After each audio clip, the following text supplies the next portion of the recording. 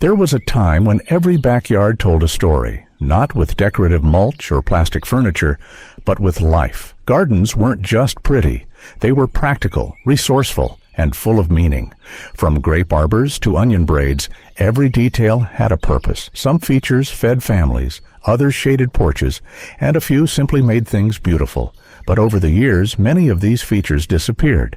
Some faded slowly as technology crept in.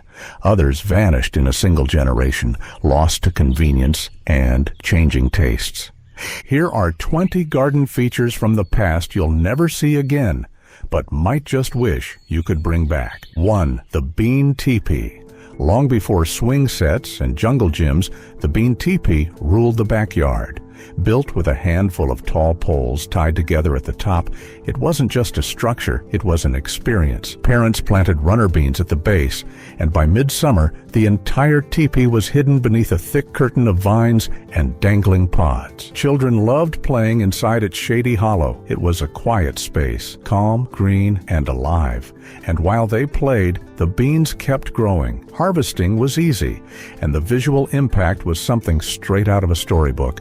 Bean teepees weren't built to impress neighbors or match lawn decor. They were built for joy and food. But when plastic playhouses took over and gardening fell out of favor, the bean teepee faded away. These days, you'd be hard-pressed to find one in a suburban yard, and yet it remains one of the simplest, most enchanting features any garden ever had. 2. The cold frame.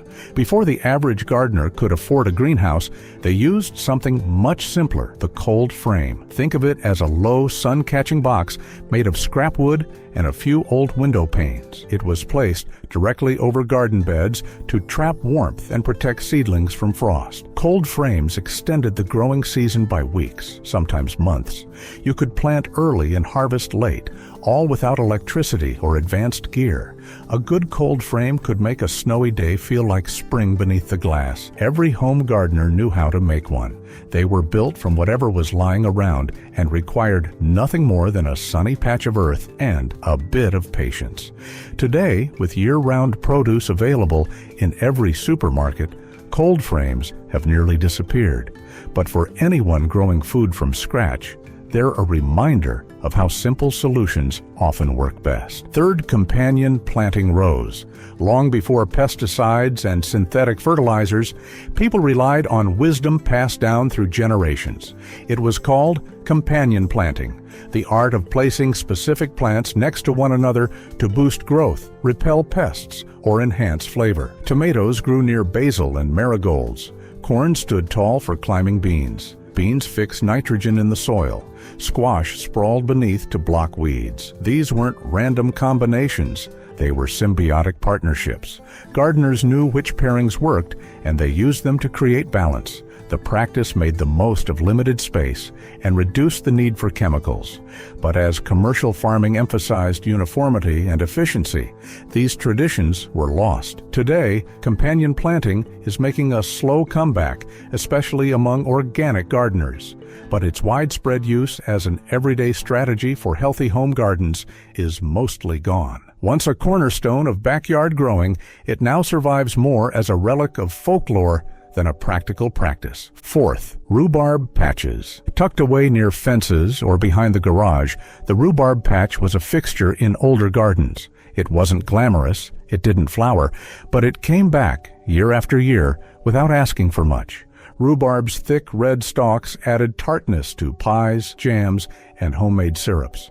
It was tough and able to survive neglect, poor soil, and harsh winters. For many families, it was the first sign of spring and a dependable source of flavor when little else was growing. But rhubarb takes time to establish. It doesn't yield right away, and it doesn't fit into tidy modern landscapes. As gardens shifted toward aesthetics and instant gratification, the rhubarb patch slowly began to disappear. Still, in old farmyards and rural corners, you can sometimes spot one, alive, resilient, and quietly offering stalks to anyone who remembers what they're worth. 5. The backyard grape arbor. Imagine a wooden frame draped in green vines, buzzing with bees, and sagging with fat clusters of grapes. That was the grape arbor, a staple in American gardens, especially in immigrant communities where home winemaking was a tradition.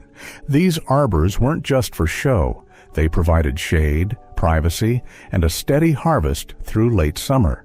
Children played beneath them. Grandparents sat in their shadows, trimming leaves or twisting vines. The fruit could be eaten fresh, turned into juice, or fermented into backyard wine. Over time, though, grape growing declined.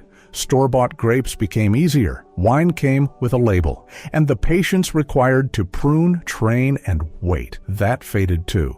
Today, grape arbors are rare, but for those who remember them, they weren't just a garden feature. They were a symbol of tradition, of patience, and of enjoying the fruits of your land. 6th, Victory Gardens. During World War II, Americans converted their yards into vegetable patches to support the war effort. These were called victory gardens, and they were everywhere: backyards, schoolyards, rooftops, and parks. People grew tomatoes, carrots, cabbage, beans, and anything to ease the strain on food supplies. It wasn't just about growing food, it was about contributing. Gardening became a patriotic act. Victory gardens produced millions of pounds of fresh produce. But after the war, as prosperity returned and grocery stores expanded, they quietly disappeared. In recent years, the idea has returned in waves, especially during economic downturns. But what about the national unity and shared purpose behind the original Victory Gardens? That part's gone. And with it, one of the most remarkable chapters in American garden history. 7. Onion braids. After the harvest, gardeners didn't pile onions into crates. They braided them, tying the dried tops together in long, twisted ropes. They hung them from beams in the kitchen or basement. It kept the onions dry, extended their shelf life, and looked beautiful, rustic, practical, and oddly elegant. Some people even displayed them proudly in their kitchens. This method was passed down like a recipe. It was about more than storage, it was about celebrating the harvest. Today, most onions come in mesh bags. Braiding is considered a novelty, typically found in farmhouse decor rather than in functioning homes. But in old kitchens, those ropes were a badge of honor. 8. Clothespin herb hangers. Drying herbs was once an art. People harvested bundles of thyme, sage, rosemary, or oregano, tied them with string, and hung them to dry on lines with old clothespins. They hung from rafters, windows, and kitchen ceilings.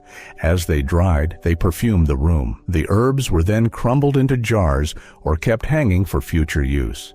It was a beautiful process, and it didn't require electricity, packaging, or special gadgets, just time, air, and a bit of patience. Today, herbs come in neat bottles from the spice aisle, but the sight and scent of herbs drying from clothespins is something most people will never see again. 9. The stink bucket. This one wasn't pretty, but it worked. The stink bucket was an old-school liquid fertilizer system. You filled a bucket with water, tossed in comfrey, nettles, or even fish scraps, covered it, and let it ferment for a few weeks. What you got was a powerful, nutrient-rich tonic for your garden, and a smell that could clear a room. Gardeners swore by it. Plants thrived on it.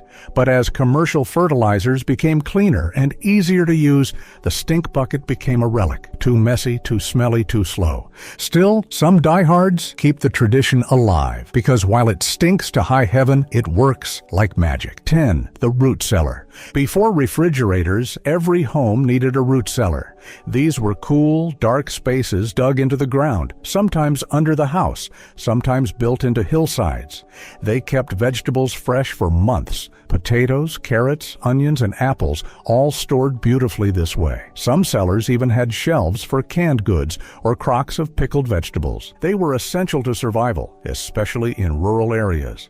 But as modern homes ditched basements and electricity became standard, the root cellar faded. Today, they're mostly found on homesteads or in historic homes. But for anyone wanting true food independence, they remain one of the best storage systems ever invented. 11th night blooming gardens. Not all gardens were built for daylight. Some were designed to come alive under the stars. These were moon gardens, collections of white and pale-colored flowers that reflected moonlight and filled the night air with perfume. Plants like moonflower, evening primrose, tuberose, and jasmine were common. Their blossoms opened after dusk, creating a quiet, glowing beauty in the dark. Gardeners would sit outside, taking in the soft scent and the occasional flutter of a moth or bat. It was peaceful, it was sensory, and it didn't require much. But as electric lighting pushed us indoors, and as modern life sped up, night gardens faded. Today, few people plan for the nighttime hours. Yet, for those who love slow evenings and quiet air, the moon garden still holds a kind of forgotten grace. 12. The strawberry patch. Tucked along the edge of old gardens, strawberry patches once stretched low to the ground, dotted with tiny sweet fruit. Unlike the massive, watery berries sold in plastic clamshells today, these homegrown gems were smaller, darker, and bursting with flavor. Strawberries take patience. They don't yield much in their first year, and they spread aggressively if left unchecked. But once established, they're a gift that keeps on giving year after year. In the past, families were happy to wait. Children crouched low to pick warm berries straight from the plant, juice staining their fingers. Now, strawberry patches have largely disappeared. Most people don't have the space or the patience, but if you've ever tasted a sun-warmed berry from your yard, you'll know it's worth every minute. 13. The dooryard garden. In early American homes, the space just outside the front door wasn't for decoration, it was for use. The dooryard garden blended beauty and utility. Herbs, flowers, small vegetables, and medicinal plants grew in a neat little patch near the house. Everything was within reach. Need some time for soup? Step outside. A few calendula petals to soothe the skin, right there by the stoop. It was a humble, practical feature, and it was part of daily life. But as front yards became manicured showpieces and gardening moved to back corners, the dooryard garden vanished. Still, its simplicity and its usefulness make it one of the most charming features we've ever lost. 14. Freestanding bird baths. Once upon a time, bird baths stood proudly among flower beds. Not the hanging kind or the high-tech ones, but simple, shallow basins on stone pedestals. They offered birds a place to drink, bathe, and rest. Their presence brought life to a garden. Chirps, flutters, motion. And they were beautiful in their own right. Sculpted, weathered, sometimes moss-covered. But freestanding bird baths require maintenance. Water goes stagnant, algae builds, leaves collect. As low-maintenance landscaping took hold, bird baths started disappearing. They became a chore, not a joy. Today, you might still see them in older gardens or rural spaces, but in most suburban yards, they're a thing of the past, which is a shame because nothing fills a garden with life quite like birds at play. 15th, wishing wells. Once a popular lawn centerpiece, the garden wishing well added more than decoration. It brought folklore and fantasy into everyday space. Children tossed coins. Visitors paused to admire. Some even have disguised functional pumps inside them.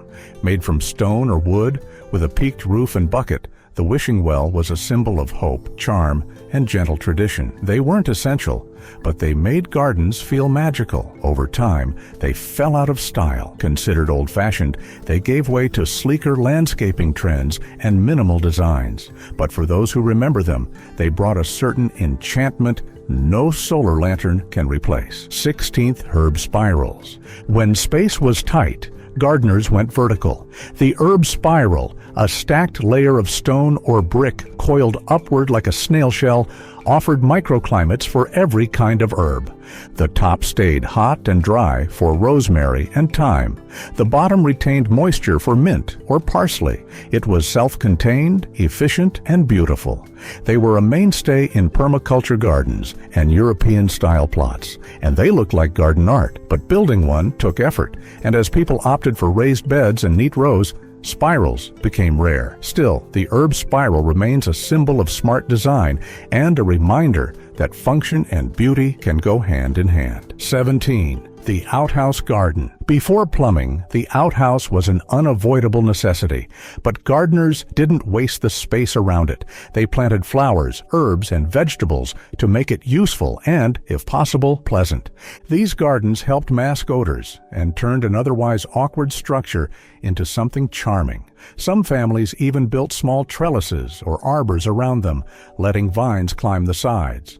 It was a practical solution, born from necessity. Once plumbing moved indoors, so did everything else, and the idea of gardening around an outhouse faded fast. But in its strange way, the outhouse garden was a symbol of resilience, turning the least desirable spot into a little piece of beauty. 18. Living fences. Long before vinyl panels and chain-link fences, boundaries were alive. Shrubs, trees, and hedgerows marked property lines and enclosed gardens. They were called living fences, and they did more than divide space. They blocked the wind, provided berries, gave shelter to birds and insects, and unlike wooden boards, they grew stronger over time. But living fences take years to mature. They need trimming and care. As fast factory-made fencing became the norm, hedgerows were pulled up and replaced. Today, only a few remain, mostly in old rural lanes or on heritage farms. But for those who remember them, they were the perfect blend of nature and necessity. 19. The clay pot irrigation method. Simple, silent, brilliant. The clay pot irrigation method, known in some cultures as olla watering, involved burying an unglazed clay pot beside plants, filling it with water, and letting moisture slowly seep into the soil. It conserved water, prevented overwatering, and delivered exactly what the roots needed when they needed it. This method was especially popular in arid regions. It required no electricity, no timers, and almost no maintenance. But modern irrigation systems pushed it aside. Hoses, timers, and drip lines became the go-to solutions. Now, only a few permaculture gardeners and water-conscious farmers keep the tradition alive. But it's proof that sometimes the old ways still work best. 20. The survival kitchen garden. Tucked right outside the kitchen door, this garden wasn't about appearance. It was about survival. It held the essentials: onions, potatoes, squash, beans, and herbs, things that stored well and fed families all year. Survival gardens were built for practicality. Crops were chosen for calories, not color. Rows were tight, harvests were heavy, and nothing went to waste. During difficult times, these gardens served as lifelines for families who depended on them. But as food became more accessible and grocery stores replaced pantries, survival gardens dwindled. Today, a few homesteads still keep them going, but for most, they're only a memory of what it once meant to be truly self-reliant. These garden features may have vanished from view, but they still linger in the minds of our grandparents. In every seed planted and every tool passed down, they remind us that gardens were once more than pretty spaces. They were part of how we lived. Which one would you bring back? Let us know, and see you in the next video.